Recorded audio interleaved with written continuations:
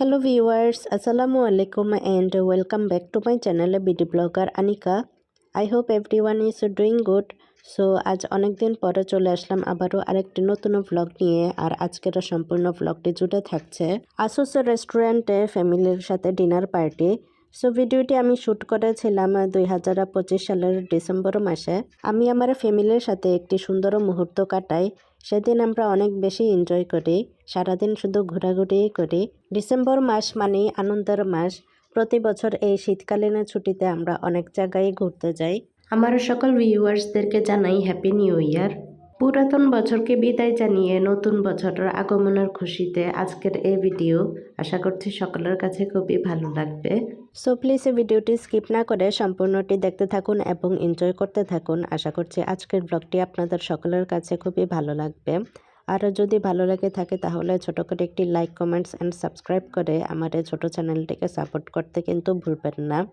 And please check my description box, সেখানে আমি আমার ভিডিও রিলেটেড সকল ডিটেলস লিখে রেখেছি এবং কিছু প্লেলিস্টের লিঙ্কও দিয়ে রেখেছি। সেখানে ক্লিক করে আমার প্রিভিয়াস ভিডিওগুলো চাইলে আপনারা দেখে নিতে পারেন।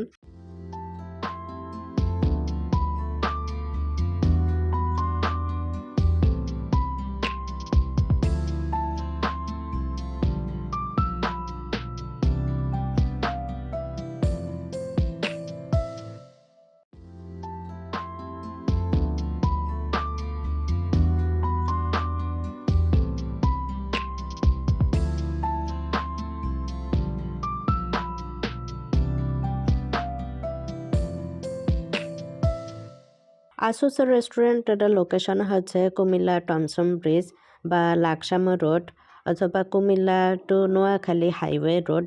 আরও বিস্তারিত বলতে গেলে কুমিল্লা কান্দিরপাট থেকে আসুস রেস্টুরেন্টে জনপ্রতি গাড়ি ভাড়া 10 টাকা করে। রেস্টুরেন্টটা সেকেন্ড ফ্লোরে অবস্থিত আর এখানে ছোট বাচ্চাদের জন্য একটা প্লে গার্ডেন আছে, সাথে ওয়াইফাই সার্ভিস এবং টিভি দেখারও ব্যবস্থা রয়েছে, যেটা অন্যান্য রেস্টুরেন্টে ফ্রি ওয়াইফাই আমি সাধারণত দেখি নাই। আমাদের সাথে আরও কিছু রিলেটিভস অ্যান্ড ফ্রেন্ডসরাও গিয়েছিল। আমরা সন্ধ্যা 7:30টায় রেস্টুরেন্টে গিয়ে পৌঁছাই আর 8টার মধ্যে আমাদের খাবার সার্ভ হয়ে যায়।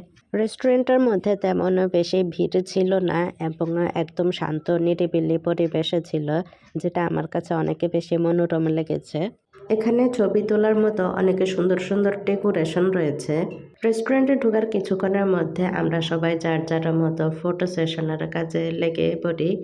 যেহেতু খাবার খাওয়া শেষে মেয়েদের মেকআপ, বিশেষ করে লিপস্টিক নষ্ট হয়ে যায়, তাই তার পূর্বেই যত ফটো সেশনের কাজ সেরে ফেলাই ভালো।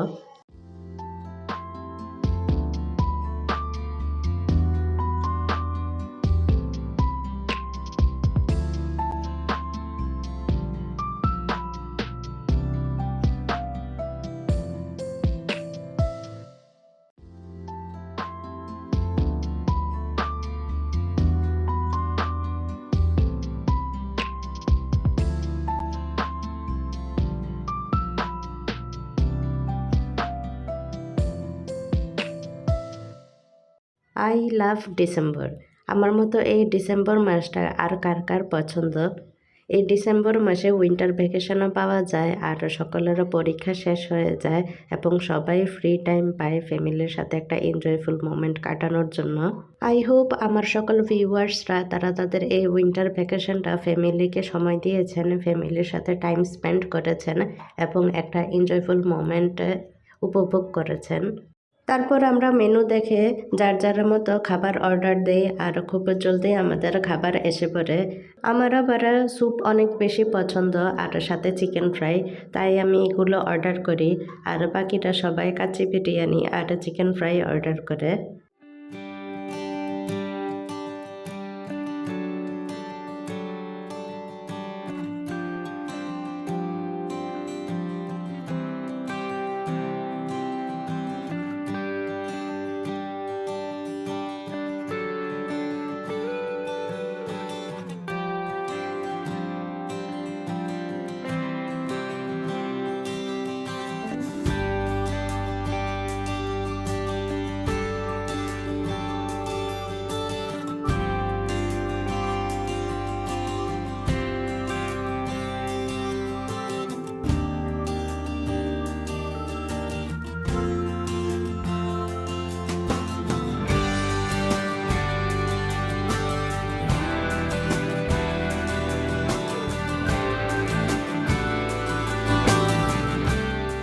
যে জিনিসটা আমার কাছে খারাপ লেগেছে সেটা হলো ওরা চিকেন ফ্রাইয়ের সাথে কোনো প্রকার সস দেয় নাই এবং চিকেন ফ্রাইয়ের উপরে কোনো প্রকার মশলাও ছিটিয়ে দেয় নাই।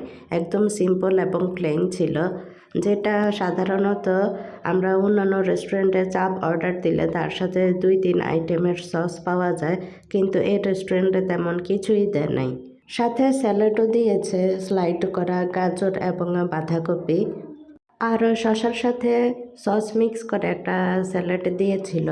তবে কাচ্চি বিরিয়ানিটা অনেক বেশি পরিমাণে টেস্টি ছিল, এক্সট্রা অয়েল বা মশলার তেজ ছিল না।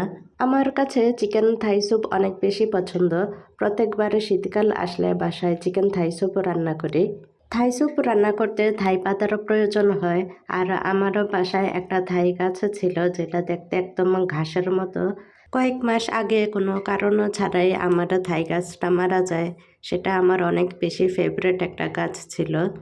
বাসায় আমি প্রতিবার স্যুপ রান্না করার সময় এই থাই পাতাগুলো একদম কুচি কুচি করে দিতাম, যেটা খাওয়ার সময় একদমই বিরক্ত লাগতো না।